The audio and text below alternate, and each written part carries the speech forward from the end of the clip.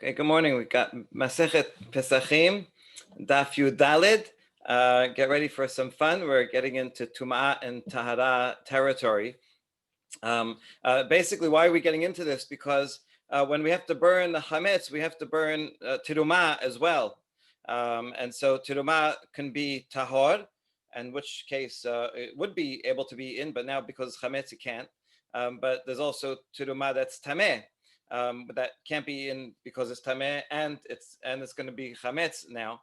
So the question is, when we burn the terumah, do we have to burn them separately, the tahor and the tameh, or can we put them together? When you put them together, then the one that's tahor is going to become tameh, which is a problem. We don't want to make terumah that is edible and turn it into tumah. We want to keep it holy. But in this case, it's not going to be edible anyway and we're burning it all. So does it matter while we're burning it to mix everything together, or does it need to be kept separate? Okay, that's how we're getting into this. But while we're speaking about this, we're going to talk about a lot of different applications of mixing together Tumah and Tahara and all the different levels. So this is actually one of the major sources for the general rules of Tumah and Tahara. So it's worth spending a little time to introduce it. It's a little technical and somewhat complex, but I think once you get the basic rubric, it should flow pretty easily. All right. The basic structure is that it's kind of like a bad copy machine. You have an original, and every time you make a copy, it gets lighter and lighter, right? Until at some point, it's so light that no matter how many copies you make, it's not gonna do anything. So too regarding Tumah, we have 6 different levels. I'm going to show you in the Gemara has a nice chart down here. So let's look at this chart for a couple minutes. Okay, we classify levels of tumah in terms of family. So we have avot tumah. This is like the grandfather of all tumah as a human corpse.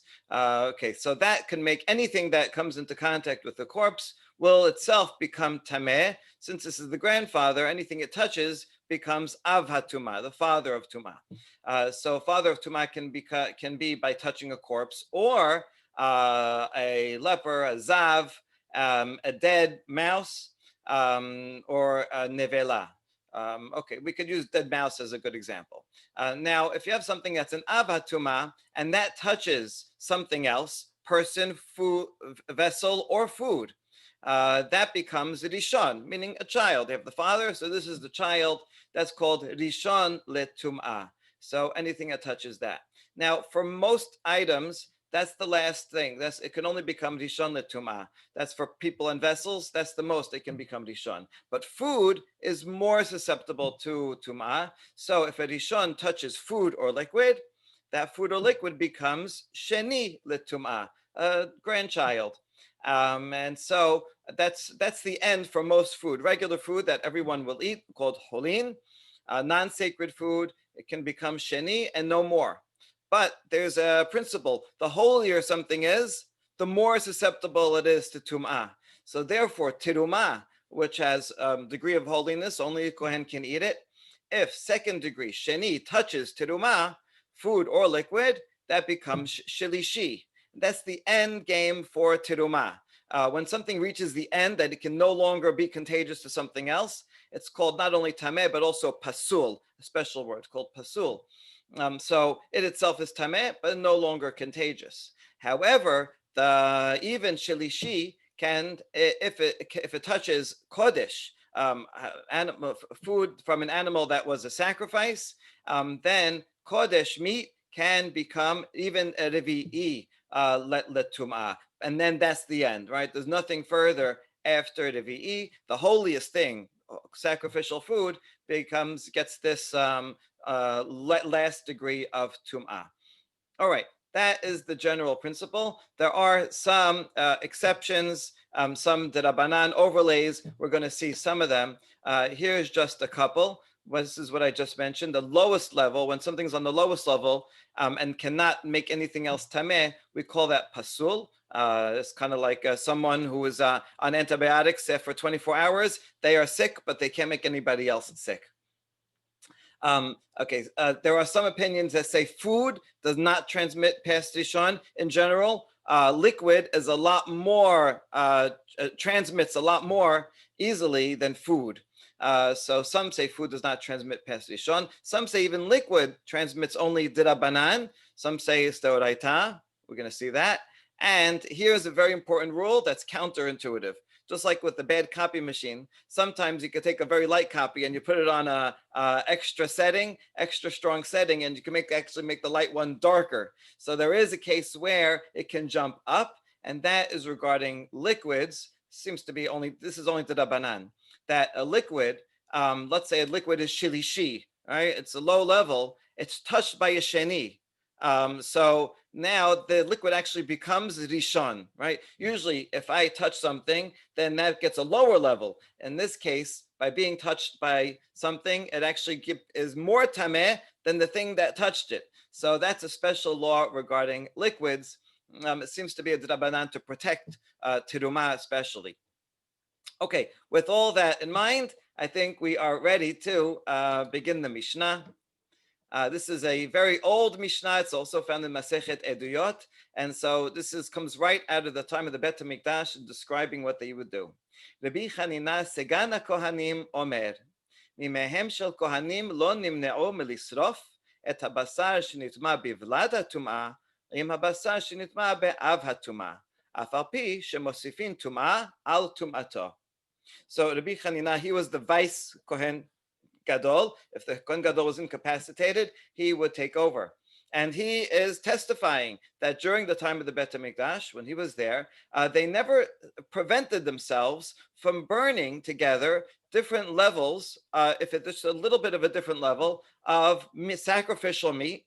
So sacrificial meat that was nitma bivlad hatumah. In other words, vlad hatumah is a rishon. So therefore, something that touched a rishon would be a sheni. So if you have meat that's sheni l'tumah, and they would mix it together and burn it together with basad that became tameh from an avhatumah. So avhatumah, something that touched that, is a rishon. So now we have meat that's sheni and meat that's rishon, and they would burn them together, even though the one that's sheni is now going to get more tameh by touching the rishon. Doesn't matter, they didn't care about that, and they put them all together. The Gemara is going to ask a question here. If I take rishon and put some sheni next to it, what happens? Well, anything that the rishon touches becomes sheni. So the sheni actually doesn't get any more tameh by being with rishon, right? Maybe it's just not nice to do, but it doesn't actually add anything. All right, that's what the Gemara is going to ask. Now, Rabbi Akiva later on adds another level. He says, furthermore, Hosif Rabbi Akiva v'amar, mi mehem shel kohanim lo nimnu milehadlik et hashemen shenifsal bitvul yom bener shenitma bitmeh met af al pi shemosifin tum'ah al tum'ato. So if you have shemen, that's terumah that becomes tameh, Kohen can't eat it, but he can burn it, and he can derive benefit from it. He can put it in his lamp. Let's say you have some oil that's became tameh. It touched the tvul yom. Tvul yom is someone that was tameh. He went to the mikveh. He's waiting for sunset, so he's kind of an in-between status. He's considered like a sheni. So a tvul yom touches oil. That oil becomes shelishi. Now, if I put that oil, that shelishi, into a lamp, and the lamp touched a tameh met is av. So something it touches is a rishon. So now I have oil that's shelishi and a lamp that is rishon. And yet they said, that's fine. I can put that oil in the lamp, even though when the oil touches the lamp, it's going to become sheni. So I'm making the oil more tameh. He says, even that's fine. So in the first case of Rabbi Hanina, they're one step away, and he allows it because that was a 1 and a 2. That was a 2 and a 3. And here he says, even a 1 and a 3, even though it's 2 steps away, that's also okay. Good. That's the second step. Now, Rabbi Meir, Amar Rabbi Meir, midivrehem lamadnu shesorfin terumah tehora im teme'ah ba Pesach. And so Rabbi Meir says, see what we learned from here? They were able to mix together different levels of tum'ah, and they burned them all together, whether it was korban meat or whether it was oil that was terumah, put them together. So now we can learn that in our time also, we can take terumah that's tahor and terumah that's tameh, but they're both prohibited to eat because it's chametz. And we know what? We'll mix it together and we can burn it. That's Rabbi Meir, who's lenient. Amar Rabbi Yose enam min hamidah. But Rabbi Yose says that's not the same, because in the two examples above, you have something that is a little bit tameh, and you mix it with something that's more tameh. So it's different levels of tumah, but they're all tameh. That doesn't mean that I can take something tahor and burn it together with something tameh, right? Just because I can make something more tameh doesn't mean that I can take something that was tahor and turn it into tameh. That's bigger chidush, and so we don't know that. However, they would agree to the follow. Umodim Rabbi Eliezer Rabbi Yoshua says sorfin zol atzma v'zol atzma. Alma nechleku ala tiluya v'ala teme'ah. שרבי אליעזר אומר, תשרף זו לעצמה וזו לעצמה, ורבי יהושע אומר שתהן כאחת. So in fact, everyone agrees that if you have terumah, it becomes it's chametz. If it's tahor and tameh, you have to burn them separately. The only question that they did have is, what about tiluya? Terumah, I'm not sure. It's of doubtful status. And I have others that's for sure tameh. Can I mix those together? Rabbi Eliezer says even those you have to separate. So according to Rabbi Eliezer, you have to have 3 piles on Erev Pesach of Terumah, that which is tahor, that which you're not sure about, and that which is for sure tameh. Whereas Rabbi Yoshua says you can put the doubtful one together with the tameh one and burn those together. That is the end of the Mishnah. All right, let's look at our outline here. So we saw the Mishnah has 2 cases. Rabbi Hanina, who says you can burn a sheni with a rishon, right? And so even though you're mixing them together, that's permitted. And Rabbi Akiva says I can burn a shelishi with a rishon, so that's a bigger chidush. And then we apply that to Terumah. The question that we're going to have is, Rabbi Hanina, what's your chidush? You said you can mix together sheni with rishon. Well, if rishon touches sheni, it remains sheni. So it's not increasing its tuma'ah level. So what's the big deal, right? So therefore, we're going to have to reinterpret his case to be talking about a shelishi with a rishon. And then we'll try to figure out, wait, we have a general principle that food does not make food impure. So what are we even talking about? Well, we have 3 opinions about when food does and does not make food impure. And so we'll be able to solve that. All right, let's focus on this. And then once we do that, then we'll turn to Rabbi Akiva and ask a similar question about him. Okay, good.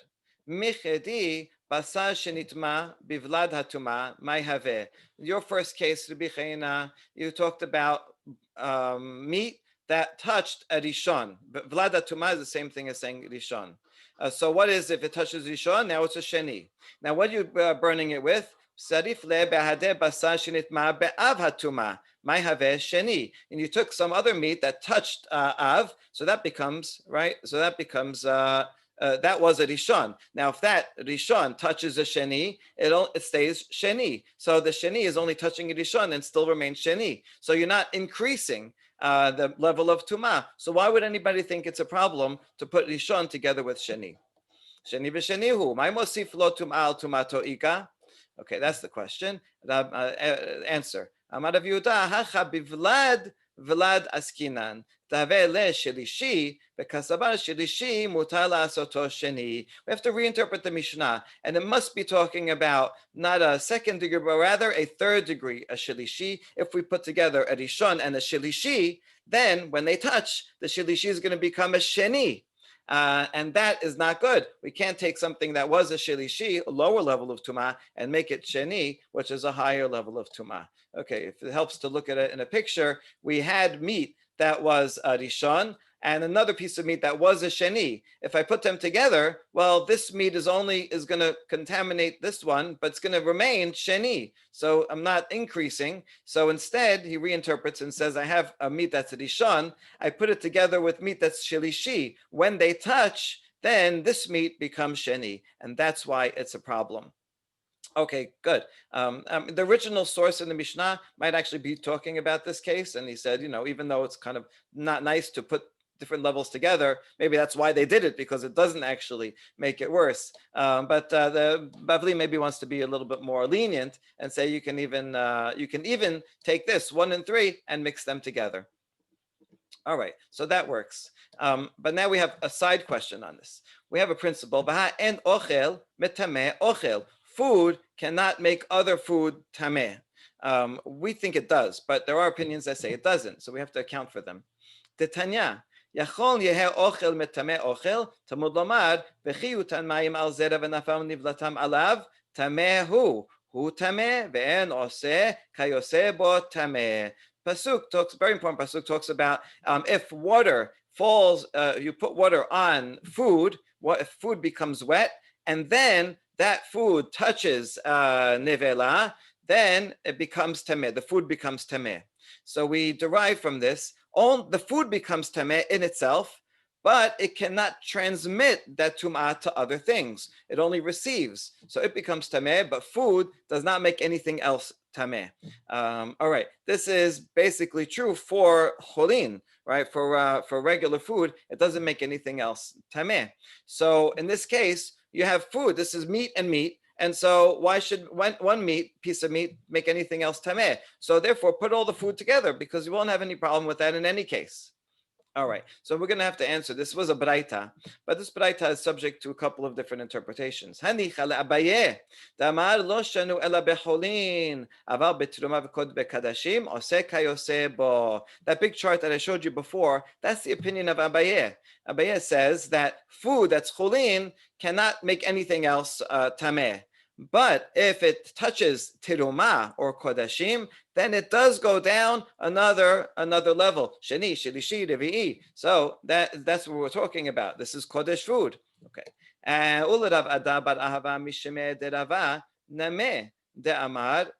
Okay, I just want to correct something. The nevela is something it touches becomes okay, forget that. Okay, Rav Ada bar Ahava mishmeh derava nameh de'amar lo shanu ela cholenu terumah aval bekodashim oseh kayoseh b'shapir. Okay, Rav Ada takes out terumah. He thinks terumah is the same as cholin, but kodashim, he does think that food can make other food tameh with kodashim. So that's also we can understand how he would explain the Mishnah. We're talking about 1 and 3, even though it's food, it's kodesh food, and so therefore the food will make the other food tameh. Ravina mishmeh derava. There's 2 opinions in the name of Rava, but his opinion says Dama mikra maledi berakatuv. He takes the pasuk as is, as it says in that baraita, and says it applies to all food. Lo shena cholin, la shena terumah, la shena kodashim. Food never makes other food tameh. Eno se kayose bo. So what would you say? What could be the problem in taking meat that was rishon with meat that's shelishi? Food does not make a food tameh. So then what's the chidush that they burnt them together? The answer is this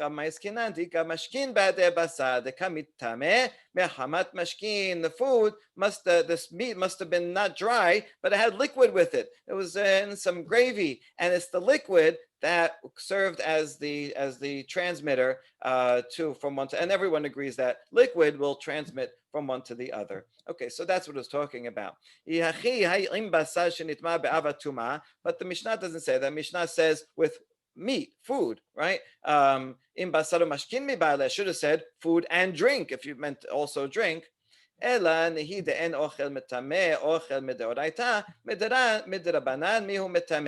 we reject that. It really is only food, but these levels of tumah are miderabanan. So that pasuk is correct, but that was only talking about the deoraita level. But miderabanan, it does add. So according to the first opinions, it could be deoraita, but according to the last opinion of Ravina, this will only be miderabanan. But the Mishnah still makes sense. All right, now we resolved that problem of Rabbi Hanina. He only said 1 step originally. He said 2 and 1, so we made it 3 and 1. But now we have that at least triggers the next problem. Rabbi Akiva is adding something more, a bigger chidush than Rabbi Hanina said. So if Rabbi Hanina now was 2 steps away, 3 and 1, then that means Rabbi Akiva, he also said 3 and 1. So that's the same thing. Why is he repeating the same thing? He's got to add another step. So we have to figure out a way that he's saying that something is going to be 3 steps away, and then when it touches, I'm making it 2 more steps tameh. So how is he going to figure out a case like that?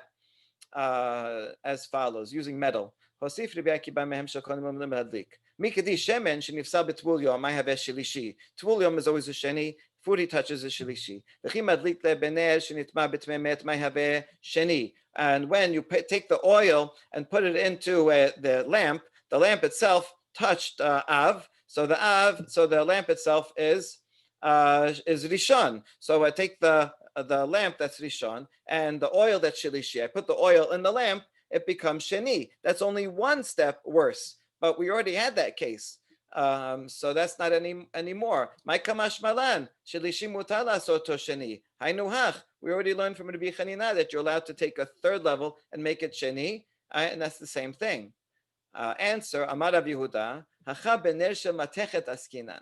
We're talking about a metal lamp, and metal has special properties. It's just like it transmits electricity very well, so too tum'ah. And we learn it from pasuk that Rachamana amad b'halal cherev harehu kachalal v'aviale av hatum'ah. A special law regarding metal, because the pasuk talks about a corpse that was killed by sword. So the sword, which is made out of metal, and the corpse have an equality. And therefore, if I touch a corpse and then I touch a piece of metal, so if I touch a corpse, I'm a avatumah. If I touch metal, the metal is also avatuma, right? This is one case where when I touch something, it doesn't go lower, but actually receives the same level.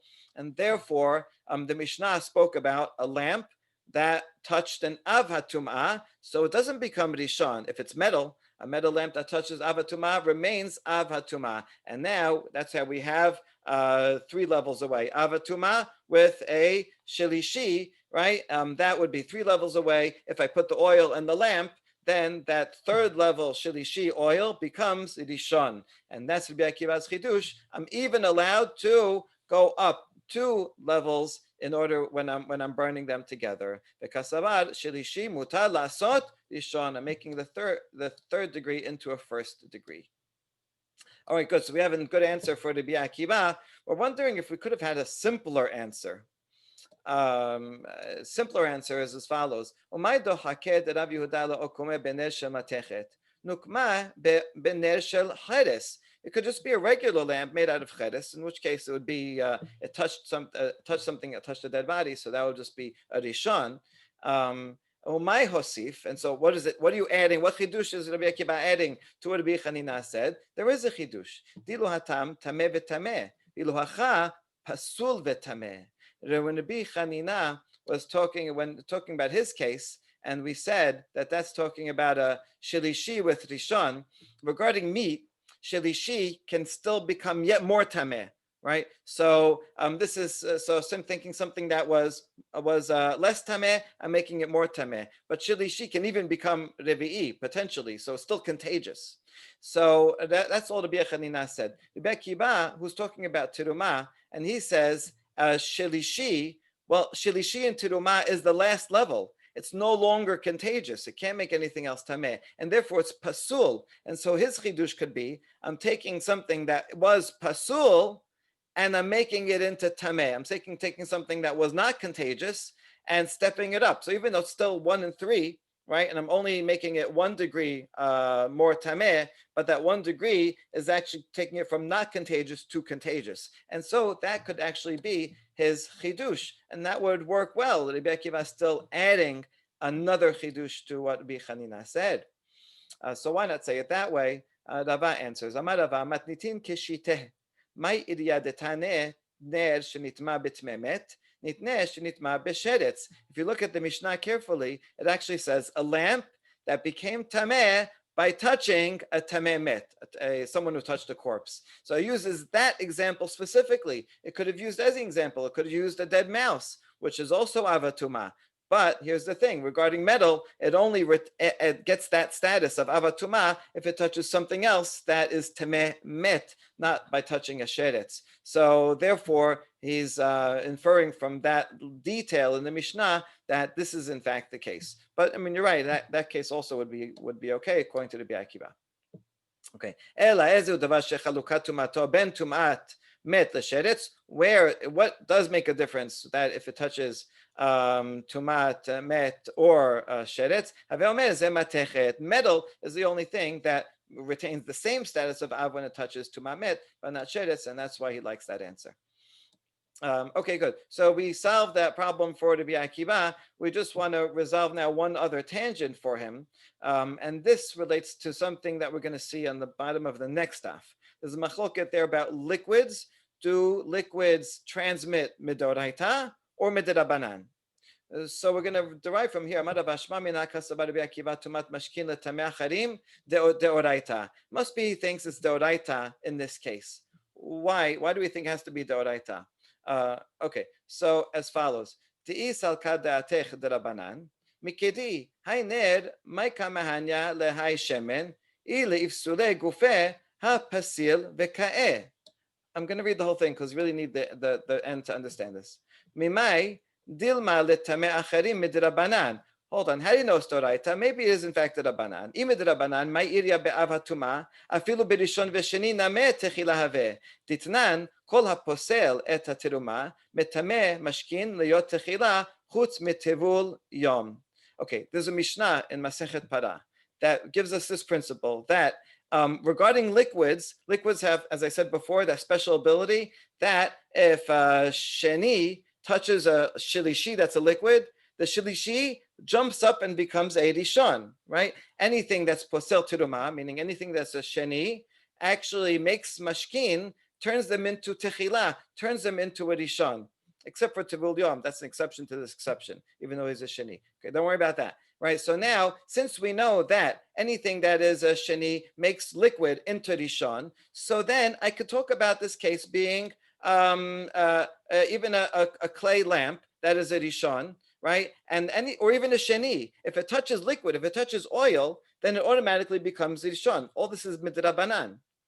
So therefore, the Rabbi Akiva would not be telling us anything interesting or anything new if the tumah is only miderabanan, if liquid only transmits miderabanan. Why? Because remember, what was his case? I have a lamp, and the lamp is rishon. He said av, but even if you just say rishon, right? And the lamp is rishon. It touches liquid. Now, that liquid, what's going to happen to it? It's going to touch a lamp that's rishon and become sheni. No, but actually, miderabanan, all liquid that touches anything above it becomes a rishon. So what's going to happen in his case, in the case that we just said? Rabbi Akiva says it's a lamp that's metal. Okay, that's av. And now I'm putting the oil in it, and that oil is touching the av, it becomes rishon, right? But if it becomes rishon, in any case, even if it only touches sheni, miderabanan, then what's the point? Therefore, it must be that he thinks that it transmits mideoraita, because that's why it would make any difference, the fact that this shelishi touched a lamp that was an av, and now became rishon mideoraita, and anything it touches will also be mideoraita.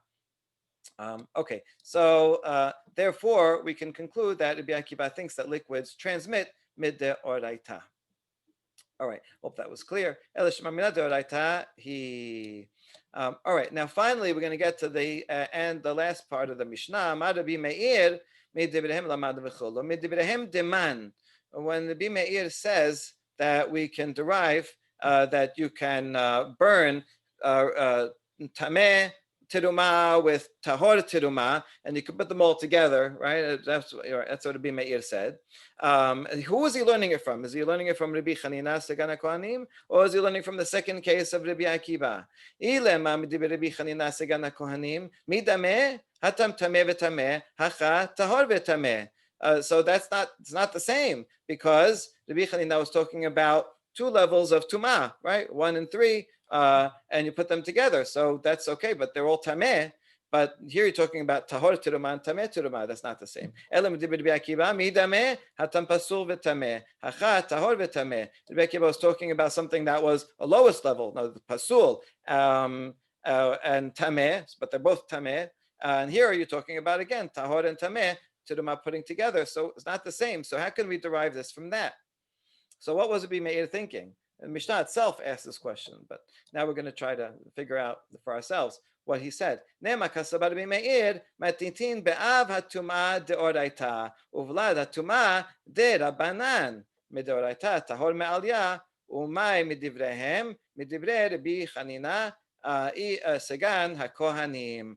So rather, it must be that he must interpret the Mishnah that's talking about levels mideoraita and rabanan. So when we said that the avatuma touched avatuma, that was deoraita, right? That was one piece of meat touched something mideoraita and became a rishon deoraita. The other piece of meat touched something that was vlad, but that was only miderabanan. So the Mishnah, what Rabbi Hanina is saying, that you're allowed to take something that's a rishon mideoraita and put it together with something that's a shelishi miderabanan. And so if I can mix that, well, that means at the doraita level, I'm actually mixing something that's tahor with something that's mideoraita tameh with something that's mideoraita tahor. So you see that you are allowed, in fact, to mix together tum'ah and tahara. That's doraita. And therefore, that's how he learns from Rabbi Hanina that terumah as well. If you have something that's terumah, doraita tahor, and doraita tameh, those also can be mixed together, and that's how he derives that law. Okay, hope that was clear. And it's just, some last reflection, it's really amazing, all these very, very complicated laws that observant Jews kept every day, and really everything they touched and they ate, they had to think about. This is a whole area of halacha that has become almost irrelevant today. So whenever someone complains and says halacha is too difficult, you just teach them these laws, and then they'll appreciate. But we'll see one day if we have to come back to it when we come back to do Korban Pesach. Baruch Adonai L'olam. Amen ve'amen.